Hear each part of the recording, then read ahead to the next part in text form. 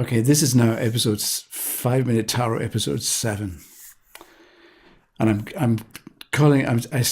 I get mixed up with what number of video this is, so I'm going to include the date as well. So this is January 15th, episode 7. It's going to be easier to keep track of things if I've got the date rather than a random number. And this is a follow-up to the last one, which was the Seven of Pentacles reversed.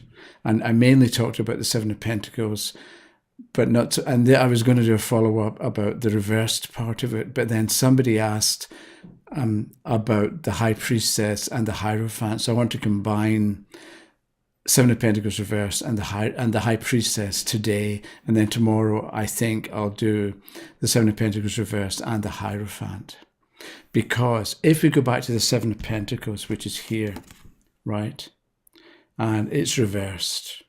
So if we take, I mean, there's lots you can say about any particular card. Let me check the time.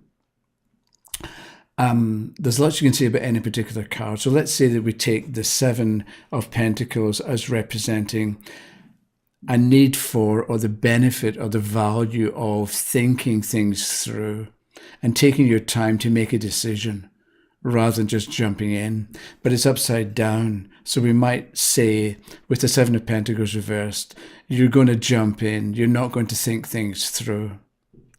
It's easy with reverse cards to think a reverse card is a problem, but the fact that you're not thinking or that you're rushing into making a decision isn't automatically a bad thing, right? Because sometimes, you know, there's two expressions. One is look before you leap, right? Take your time. And the other is he who hesitates is lost, right? So there are mottos that tell you on the one hand, just to get it done. And on the other hand, don't get it done. Think it through first. So this Seven of Pentacles reverse, the fact that it's reversed isn't automatically a bad thing. It's something to avoid.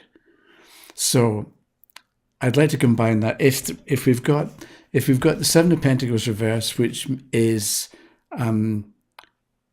you're not likely to think things through. Is this a good thing or a bad thing? We look at the next card, and I'm saying the next card, let's say it's the High Priestess. So if this is the next card, what do we think? We think you're not going to think things through, but because the High Priestess follows, you're going to find the right way, or you're going to find a good path to follow, because the High Priestess, let's say, represents wisdom. Okay, so either you're going to do the wise thing or make the wise decision. So you're going to come up with some decent, good, sensible plan, either because you just develop that skill or ability within yourself, or you discover something within yourself. You discover your own inner teacher, right? Because it's the High Priestess who can be a teacher, right? She's not, but it's also a wise teacher because she's not just a priestess who's a member of an organization. She's the High Priestess. So she's the one in charge, or the one who has particular skills and knowledge and understanding that brought her or him to a position of leadership within the organization, right? So you're not just a beginner. Or if you are a beginner, you bring an awful lot of wisdom and understanding to the situation, right? So if with the Seven of Pentacles reversed, you're going to rush into things. That's okay in this case because we've got the High Priestess following. And so you're going to either discover a thread of wisdom and understanding and knowledge within yourself that you follow and it works out well, or else the High Priestess can represent somebody that you're going to meet. Right, you're going to bump into them, you're going to be introduced to that person and who would already be expert or knowledgeable in what to do or why to do something, because it's the High Priestess.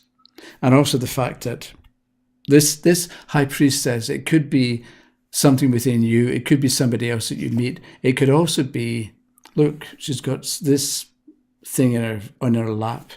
It could also be a book that you come across, or a poem that you read, or something, some kind of printed material that contains ideas that you understand and see, and you come into contact with, and it means a lot to you. It speaks to you and gives you understanding.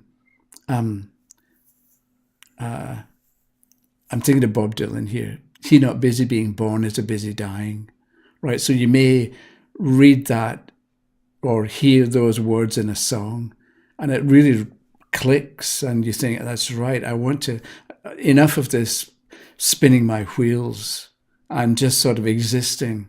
It's time to get things done, and time to be busy being born, that I'm going to explore, I'm going to feel as if I'm living, I'm going to try things, see what I can learn from them, right? And that can be what the High Priestess represents. It can, if you, it's often easier to figure out what a card means. It's not so much what a card means, it's what sense it makes, I think is a more important question to ask ourselves when we turn a card. Not so much what does it mean, or what does somebody else say it means, but what sense does it make for the question. So if we've got somebody who can't make up their mind about what to do, followed by the High Priestess, it's going to work out.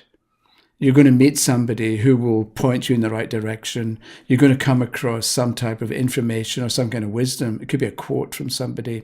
It could be a whole book with an exciting story, or a good, interesting story that gets you motivated and gets you ready to act, and to act decisively. Or it could be you just sort of wake up one morning and things have gelled and you know what to do. So that can be what, it's not so much, again, what does the High Priestess mean, but what sense does the High Priestess have in connection, in this instance, with the Seven of Pentacles reversed. That's my 5 minutes. No, it's longer, I think, today. Tomorrow we'll look at the Seven of Pentacles reversed with the Hierophant. See the difference between them. Okay, bye-bye.